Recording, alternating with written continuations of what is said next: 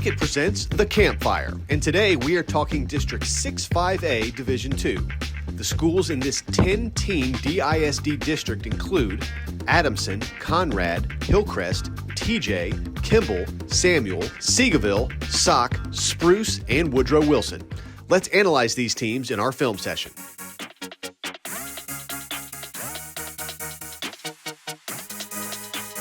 South Oak Cliff is looking to three-peat as 5A Division II state champs. Jason Todd and his staff are just turning out college talent year in and year out, and that won't change in 2023. Last year, it was the defense who returned an all-star cast, but this year it may be the offense. Danny Green returns in the backfield, while Trey Jackson will be a huge target in the passing game. The Golden Bears will look to fine-tune their skills during a tough non-district schedule before hitting zone play in Week 5. The top two teams in each zone make the postseason in this district and expect Seagoville to make it again behind quarterback Caden Eichelboom. Woodrow Wilson will have tri-district MVP Cam McGuire behind center for a third straight year, and the Wildcats will be a favorite to make the postseason as well. There are some solid quarterbacks returning throughout the district. At Kimball, the Knights return one of the best names in the Metroplex at QB when Trust Bro, a first-team All-District selection, takes the reins as a senior. Spruce's Kelvin Jones was also a first-team All-District quarterback, and he will hope to lead the Timberwolves to the postseason. Over at Conrad, LaDavian Frost Harris started behind center as a sophomore and led them to a 6-4 record, so he should make his mark as a junior. Hillcrest was 7-3 last year, and they bring back dynamic two-way player Ford Morris. Meanwhile, Adamson will look to DJ Jackson to make plays in the secondary, while Samuel and Thomas Jefferson will hope to be competitive in a stacked district.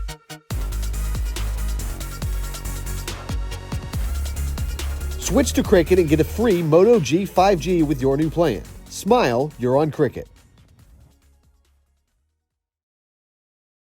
For an even deeper look at 6-5A Division II, here's producer Ward Fasold and insider Matt Diggs with the district breakdown. It's district breakdown time, and look over there, that's Diggsy. He's ready to talk 6-5A Division II. We've got a reigning defending champion to talk about, and I'm sure we'll talk a lot about him. But before we talk about it, I'm interested. This is a 10-team district, only district around here that did the zone play, which was basically a 4-game mad dash to get into a mini playoffs deal. How do you feel that went last year? As an analyst, how do you feel that little zone deal went?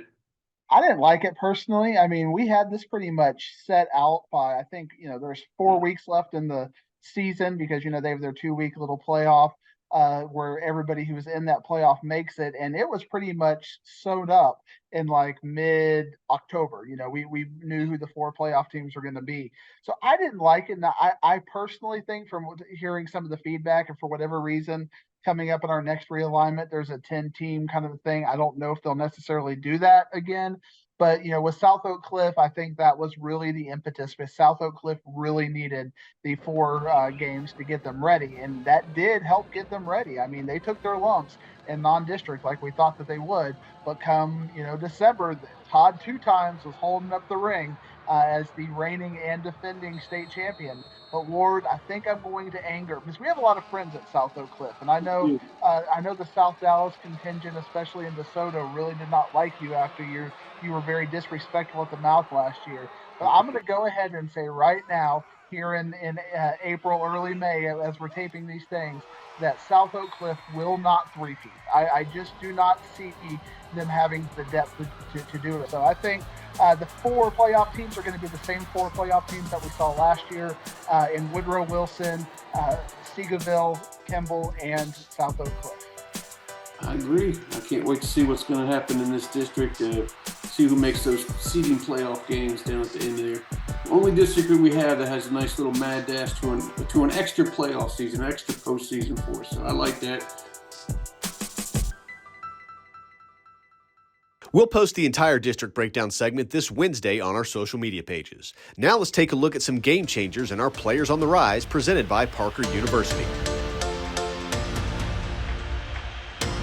It took a while for South Oak Cliff to settle on a quarterback last year, but once they did, Jamiri Cawley was the receiver to throw to. Cawley caught 35 passes for 938 yards and 10 touchdowns and really excelled during the Golden Bears playoff run. Sauk will look to Cawley a lot in 2023 as a big-time playmaker. Jamiri is verbally committed to SMU. At Seagoville, the Dragons showcased Ronald Manning in the backfield, and boy, was he quite the show. Manning rushed for over 2,000 yards on the season and 21 total touchdowns. He was also named co-offensive MVP, and Ronald is just getting started. Arm tackles aren't going to get it done on this bruising running back as Manning powers through weak tackles for big gains.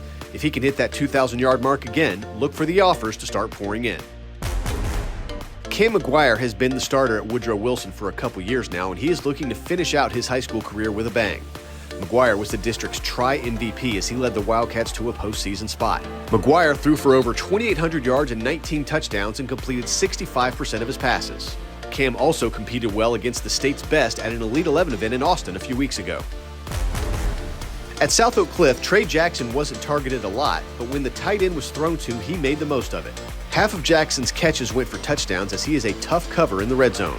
Trey can bring down the ball in tight coverage because he has some of the best hands in the district. He's also an excellent blocker in the run game. Jackson is verbally committed to Texas Tech.